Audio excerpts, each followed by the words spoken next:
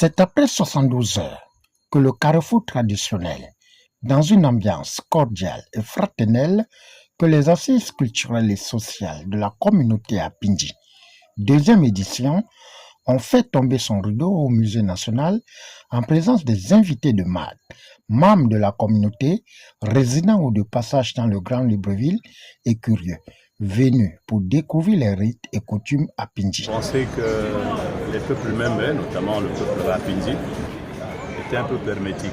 Eh bien non, aujourd'hui, le peuple à Pindji, comme dans l'avenir, je pense qu'il y aura d'autres peuples même qui se montreront grâce à ce que les Apindji ont fait aujourd'hui. Je pense que c'est une grande avancée. C'est une grande avancée. Au moment où le monde s'anime de débats autour de la spiritualité, notamment autour du Witi, du Bouete, et autour du Boga. Je pense qu'ils ont montré la voie, et je pense que d'autres communautés vont suivre pour essayer de protéger ce qui nous appartient. Parce que tout ce qui nous appartient a été déjà exporté, est déjà parti.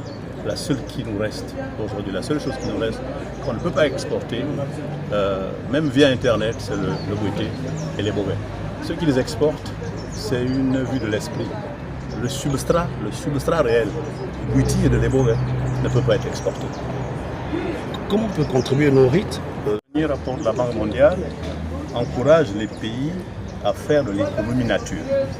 Et dans l'économie nature visée, il y a la forêt. Et dans la forêt, il y a les bogas. Je pense qu'au-delà d'être une plante spirituelle, au-delà d'être une plante attachée au boité, l'iboga aujourd'hui peut contribuer à l'économie. Je vous prends un exemple, ce n'est pas interdit de planter. Nous avons dans nos villages de l'iboga qui est là, qui n'a pas été planté, qui se trouve là. Maintenant aujourd'hui, il y a des communautés qui plantent. Et la communauté à Pindji, à Saint-Martin, ont une plantation de l'iboga. Ça, c'est fait pour l'économie. Ils peuvent donc vendre sans l'exporter, le vendre pour gagner leur vie, pour envoyer leurs enfants à l'école. Donc ça veut dire que l'iboga, que vous appelez bois sacré, peut contribuer à la spiritualité, mais peut contribuer aussi à l'économie et même à la philosophie cachée de ceux que les gens ne connaissent pas. Parce qu'il y a des philosophies cachées, il y a des choses cachées. Le jour que vous le découvrirez, il faudra s'initier. Parce que comme je l'ai dit, c'est une connaissance ascendante, il faut aller la chercher. Si vous n'allez pas, vous ne trouverez pas. Merci de vous intéresser aux assises depuis que nous avons lancé cet événement, notamment sa deuxième édition. Ce qui est important à retenir aujourd'hui, c'est déjà des symboles qui sont forts, notamment la présence du président du Conseil économique et social, environnemental et culturel, M. Guy Bertrand Abangou, qui a tenu à assister justement à la clôture de l'événement. Il faut aussi retenir les temps forts du discours de M. le Président.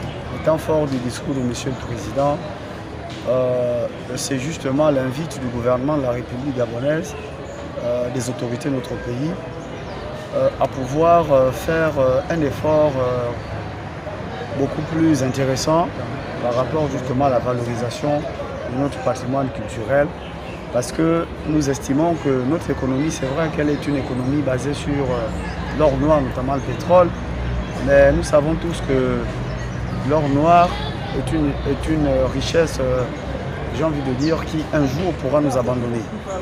Alors que la culture, c'est ce qui va rester avec nous pendant longtemps.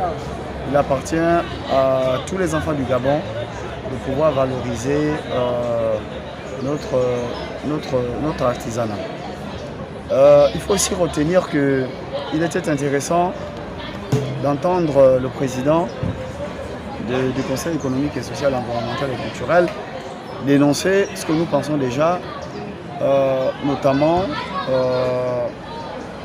le travail qui consiste justement à aller vers des assises nationales sur l'iboga. C'est un symbole fort.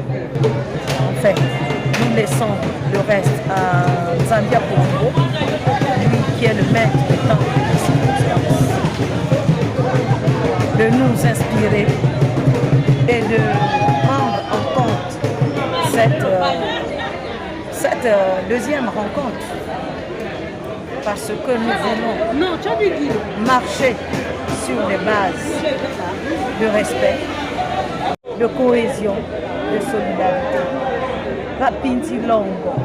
La langue Apinti, la langue Repi Pinti que nous parlons, c'est la langue, notre langue. Mais quand je dis notre langue, elle appartient à ceux qui la parlent. Aujourd'hui, le peuple Apinti n'est pas cantonné uniquement dans l'Angounié. Nous avons vu qu'il s'est étendu par les mariages mixtes à travers le Gabon. Donc ces jeunes qui naissent de ces unions mixtes doivent se dire, ils sont Apinti, ils sont Apinti. Et être Apinti, ce n'est pas être enfermé. Je suis Apinti. Mais ma famille, mes parents, ma grand-mère étaient tournés. Les jeunes doivent se tourner vers l'avenir. Notons que les discours de clôture, sentiments et témoignages ont dressé un tableau mosaïque échappant du bien fondé des assises, suivi des visites des stands et exécution des pas de danse au rythme des Apinji. Au finish, c'est dans une ambiance bon enfant que ces assises ont fait tomber le rideau en prenant rendez-vous pour l'année prochaine.